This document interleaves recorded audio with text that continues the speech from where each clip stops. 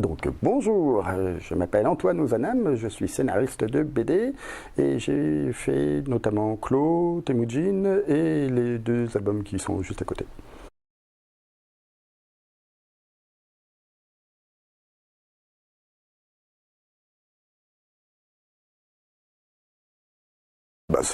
En plus c'est plus facile et plus rigolo, c'est qu'on leur invente des passés, voilà, et plus ils ont mangé effectivement, et plus nous on a à lire normalement de trucs assez sympathiques quoi. Donc oui, carrément. Il y a des gens qui l'ont fait avant moi, genre les frères Cohen au cinéma. C'est vrai que ça fait plaisir, quoi. Ils s'en mangent partout tout le temps et yahoo!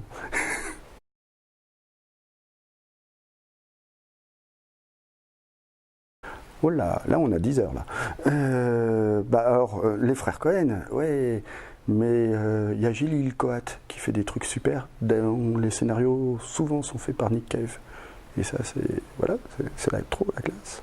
Et pour les romans, il y a des trucs qui n'ont rien à voir avec le polar, mais qui sont des trucs vachement bien, genre Antoine Volodine, Bios Casares, Borges, des gens comme ça, en fait, qui m'apprennent beaucoup en narration, plus que dans l'univers, par exemple, du polar, mais c'est des gens, ils se fixent sur des trucs très, très précis.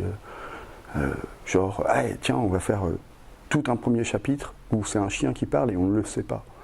Et bon, alors, graphiquement, ça devrait être super difficile à faire, mais comme c'est que du roman, il le fait formidablement bien et waouh, la classe aussi. Voilà. Il y a David Lynch parce que j'aime bien revoir plusieurs fois ses films pour bien comprendre, etc. D'ailleurs, Andreas fait à peu près la même chose en BD.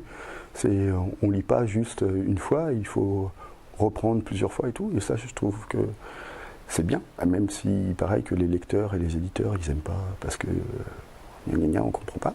Et ben moi, je trouve ça super. Et d'ailleurs, dans les romans, Antoine Volodine, de temps en temps, il faut retourner en arrière pour bien comprendre qu'il y a des ponts et que tout est fait en miroir et tout et tout. Et moi, c'est ça qui me passionne aussi. Sinon, alors, évidemment, quand on fait du super grand public, quand on passe dans Spirou, il ne faut pas non plus qu'un gamin de 8 ans fasse hey, je comprends rien.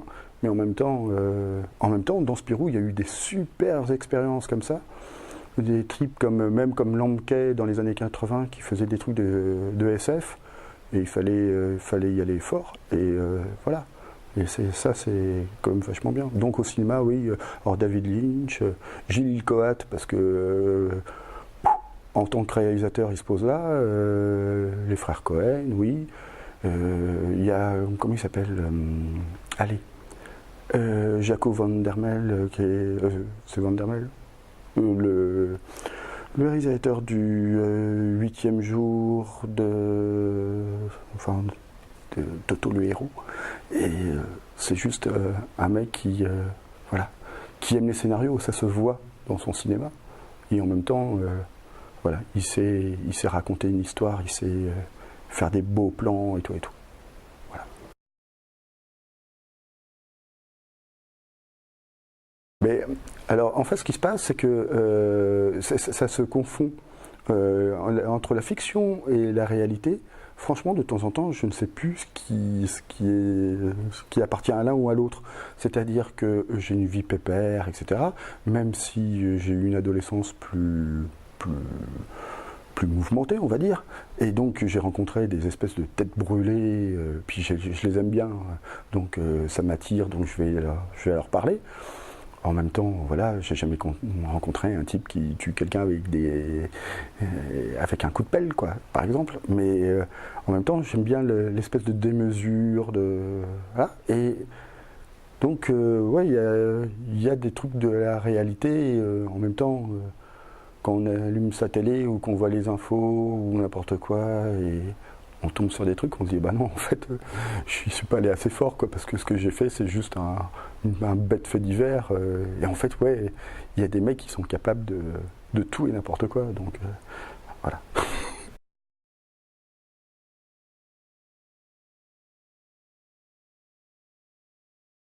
Non, mais c'est ce que je sais faire. Non, mais moi, c'est ce qui m'amuse.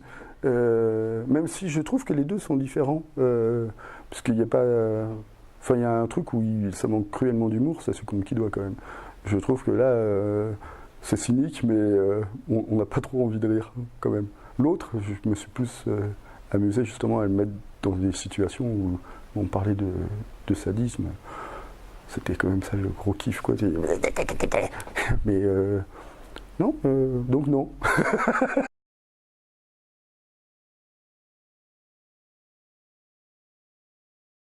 Euh,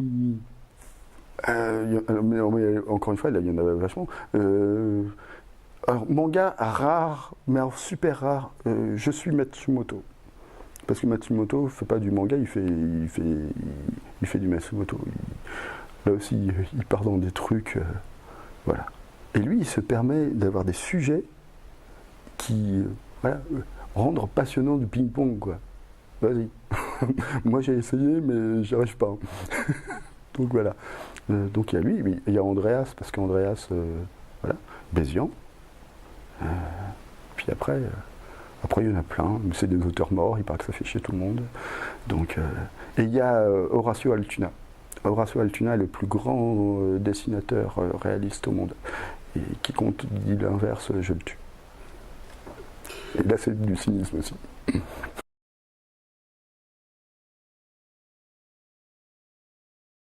Toujours.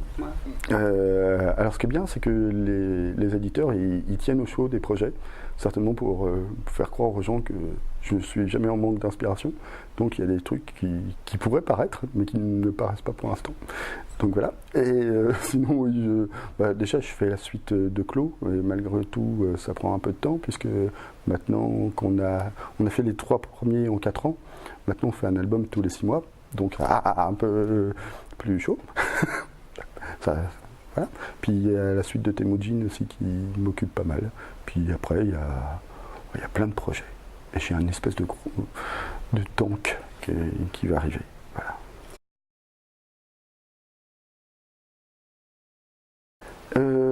Bah non.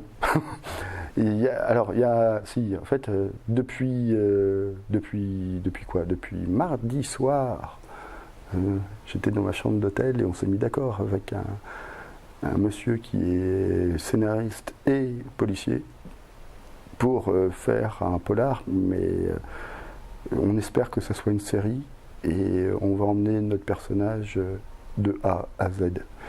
Et avec plein de tomes, on espère aussi. Mais il paraît que c'est pas dans le move du moment. Voilà. C'est pas, on va aller à contre-courant total. Là. Un truc. Voilà.